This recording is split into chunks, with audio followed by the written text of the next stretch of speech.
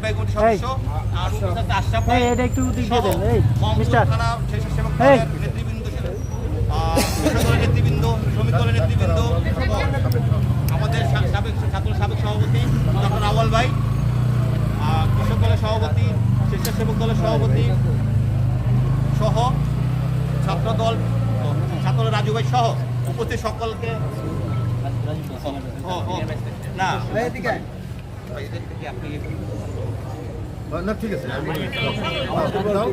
সম্মানিত নেতৃবৃন্দ, এখন সর্বপ্রথম সভাপতির অনুমতিক্রমে মিলাদ ও দোয়া মাহফিল দোয়া পরিচালনা করবেন কৃষক দলের সদস্য সচিব শাকির।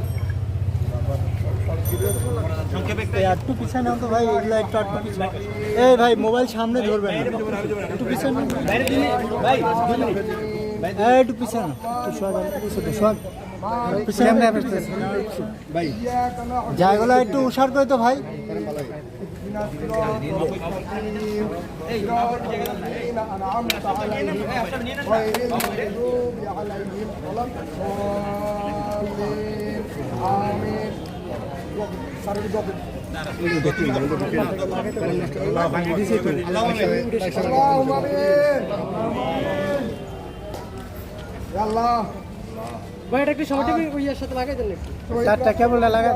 মৃত্যুবার্ষিকী উপলক্ষে, শাহাদত বার্ষিকী উপলক্ষে স্বেচ্ছাসেবক দল ঢাকা মহানগর উত্তরের সিনিয়র সভাপতি লিটন মাহমুদ বাবু ভাইয়ের আত্মদায়নে, সাবেক জনতার কমিশনারের আত্মদায়নে আল্লাহ আজকে এই অনুষ্ঠান মাহফিল কবুল করে নিন, আমিন।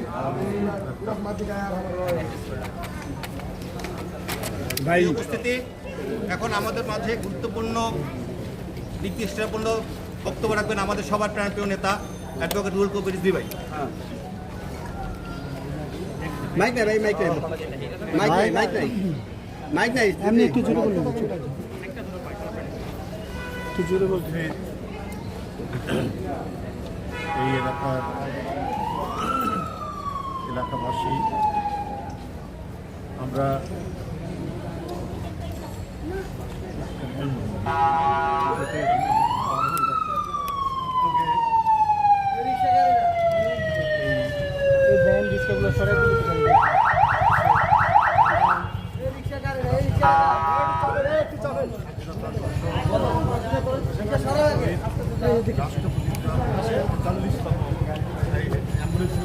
আচ্ছা অ্যাম্বুলেন্সটা বাইক করে একটু পরে কথা বলবেন নাকি?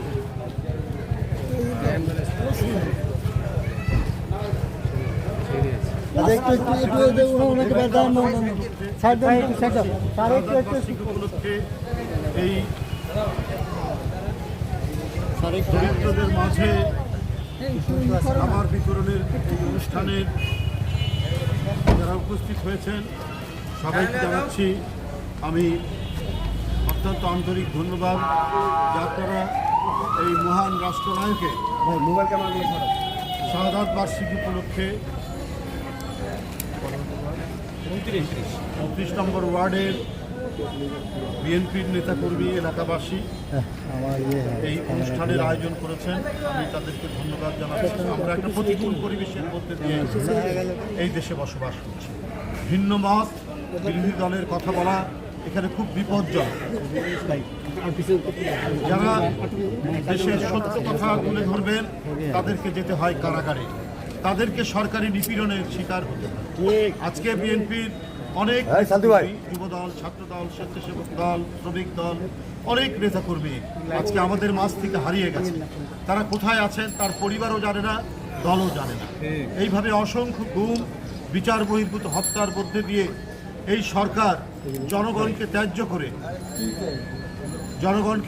করে ভোটারদেরকে বাংলাদেশের নির্বাচনী ব্যবস্থা থেকে দূরে সরিয়ে রেখে তিনি নির্বাচনী প্রহসনের মাধ্যমে একটি দামি সরকার, একটি দখলদার সরকার হিসাবে জনগণের উপর লাঠি ঘোরাচ্ছে। বন্ধুরা আমার, আজকে সারা দেশের মানুষ মনে করে যে সরকারের মন্ত্রীরা, প্রধানমন্ত্রী যা কথা বলেন এটা জনগণের কাছে 4 পয়সার দাম নেই। কারণ তারা একটাও সত্যি কথা বলেন না, একটাও ন্যায্য কথা বলেন না। এক বিভীষিকাময় পরিস্থিতির মধ্যে গোটা দেশকে ছেড়ে দিয়েছে। এদেশে গরিব মানুষ তার জমি, তার ফসলি জমি, তার জায়গা বিক্রি করে সন্তানকে বিদেশে পাঠাচ্ছেন, সেখানে উপার্জন করে বাবা মারকে ভালো রাখবেন, দেশে টাকা পাঠাবেন। বন্ধুরা, 17-18 হাজার শ্রমিক তারা যেতে পারেনি। তারা মালয়েশিয়া যাওয়ার উদ্দেশ্যে তাদের ঘটি বাটি জমি জায়গা সব বিক্রি করেছে। তাদের অনেকে যেতে না পেরে কেউ ভৈরব রেল সেতুর উপর থেকে আত্মহত্যা করেছে, কেউ কাঁদতে কাঁদতে সেখানেই বসে থেকেছে যে বাড়িতে আর ফিরে যাওয়া যাবে না। এটাই সরকারের অবদান। এরা গরিব মানুষকে আরো গরিব করে দিতে চায়, কারণ কেউ যাতে রুখে দাঁড়াতে না পারে। এরা গণতন্ত্রকে এমন পরিস্থিতির মধ্যে নিয়ে যেতে চায় যে গণতন্ত্র বলে কিছু এই দেশে আর থাকবে না। গণতন্ত্রের নামে যে বিরোধী দলের অধিকার আছে সেইটা তারা বিশ্বাস করে না। তাই গণতন্ত্র এখন গোরস্থানে, কথা বলার স্বাধীনতা এখন শ্মশানে, মানুষ নির্ভয়ে কোনো কথা বলতে পারে না। এই পরিস্থিতির মধ্যে দিনাতিপাত করতে হচ্ছে এই দেশের মানুষকে। প্রতিদিন আপনার জিনিসপত্রের দাম বাড়ছে। আলুর দাম 1 মাস আগে 30 টাকা, এখন 55 থেকে 60 টাকা।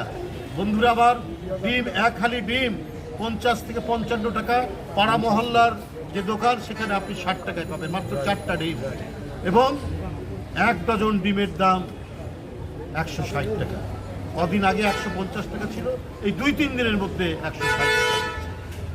একটি সরকার যখন নির্বাচিত সরকার না হয়, একটি সরকার যদি জনগণের ভোটে না হয়, তাহলে সেই সরকার জনগণের স্বার্থ, জনগণের কল্যাণ, জনগণের মঙ্গল তারা চিন্তা করে না। তারা চিন্তা করে কি করে বিদেশে টাকা পাচার করবে, কিভাবে তারা লুট করবে, কিভাবে তারা তাদের দলের লোকজনকে আঙ্গুল ফুলে কলা গাছ বানাবে। এই পরিস্থিতি এখন দেশে চলছে। তাই বন্ধুরা আমার, আজকের এই শাহাদাত বার্ষিকীর দিনে মহান রাষ্ট্রপতি শহীদ জিয়াউর রহমানের 43তম শাহাদাত বার্ষিকীতে বাবুর নেতৃত্বে এখানে যারা দরিদ্রদের মাঝে খাবার বিতরণের এই অনুষ্ঠান আয়োজন করেছেন, আবারও তাদেরকে কৃতজ্ঞতা জানিয়ে আমার বক্তব্য শেষ করছি। সকলকে ধন্যবাদ।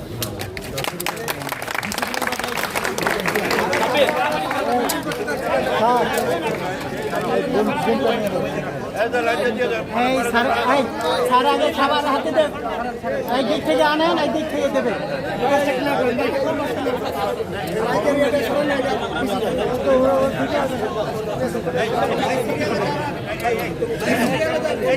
হ্যাঁ বাবু, ধরো ধরো ধরো।